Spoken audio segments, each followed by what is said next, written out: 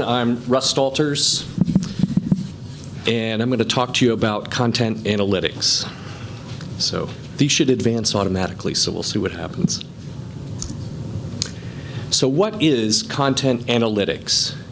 Well, I define it this way. Content, it's all content. Structured, semi-structured, and unstructured content. And this includes things like files, databases, images, videos, geospatial data, and then analytics. What do we mean by analytics? So analytics is the ability to analyze this information and find patterns in the information. I'm going to talk to you about how we used content analytics for almost 6 years to support the response to the BP Deepwater Horizon oil spill. I led the team to manage all the information and data. And I, from that experience, learned 3 items that I'm going to share with you, and that is make sure that you have a well-defined ingestion process, make sure that you have processes and procedures in place to support effective information management, and then also solve problems that the business recognizes.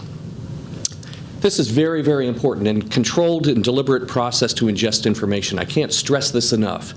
This really helps prevent the digital landfill problem by ensuring that the information that comes in has been vetted and that it delivers on high quality.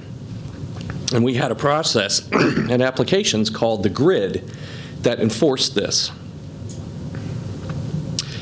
One of the key things that we did as information came in the grid is we embedded the data enrichment process. So we added metadata, extracted data from some of the unstructured content and added this to the content as it was brought into the system.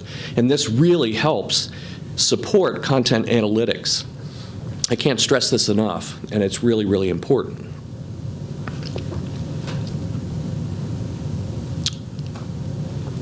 Another part of that process was QAQC, making sure that the data was accurate and could be used. And so we had subject matter experts that were participating in reviewing the data. And as you bring this data in, we made sure that it was accurate and correct. So for instance, we had lab results from air, water, and sediment samples where sometimes those results were incorrect and they would be sent back to the labs. So we had those subject matter experts review every data set that came in. And one thing I can't stress enough, sometimes the best results and the most effective results you get from content analytics is due to the data that you don't load into the system. So I recommend not trying to do content analytics on everything and throwing it into a giant bucket. You really need to be very judicious about what you do. This was critical for us, having a taxonomy, and we created a response taxonomy. A response taxonomy was very unique. No one had ever had one like that before. So we had to use this taxonomy to relate things like species of animals to their common names, or things like vessels to a decontamination site, to a phase in the process, or a shoreline segment to the cleanup process. And to be able to relate this information drove content analytics. Now, as I mentioned, policies are really important, and you've got to drive these correct information management behaviors for information that end users are bringing in, because we did content analytics on not only information that was ingested, but information that was added.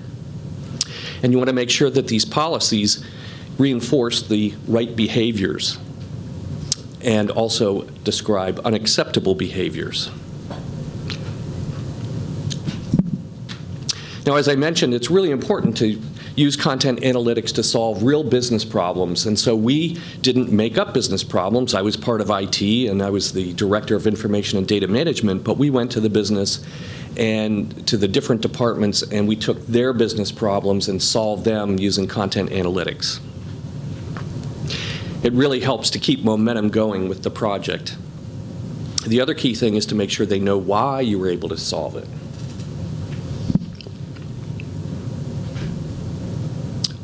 So I'm going to share a few examples. One of them was the financial claims process. financial claims process was very complex. There was a lot of different and disparate data sets that were used to determine loss.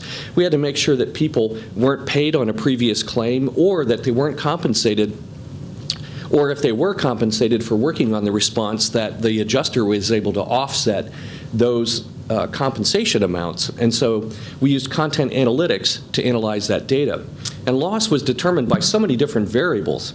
Over the 5+ years, we had over a dozen different claims programs, so we had to be able to do analytics on top of those. We also had operational data. We had geospatial data to understand where does the claim happening, was there any oiling there, was there any impact environmentally to their property. And so we used content analytics to support that process very effectively. Another area was determining the impact environmentally and also supporting the scientists and researchers that were using this information.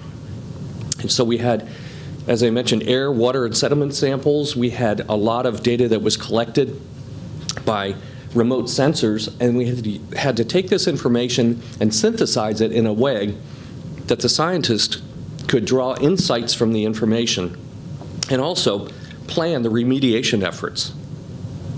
We also had not only empirical data, but we also had observational data. We had field notes, we had observations of the shoreline and the impact of the shoreline, and all of this information had to be integrated and put in place in a way that could support the plans for the remediation efforts across the Gulf Coast.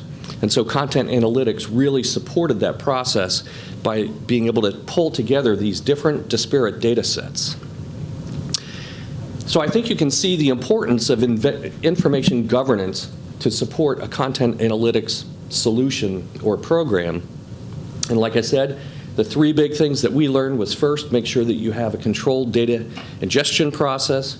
Second, make sure that you have effective policies that support information management and information governance. And then finally, make sure that if you're using content analytics or supporting it, that you use it to support real business problems that the business recognizes.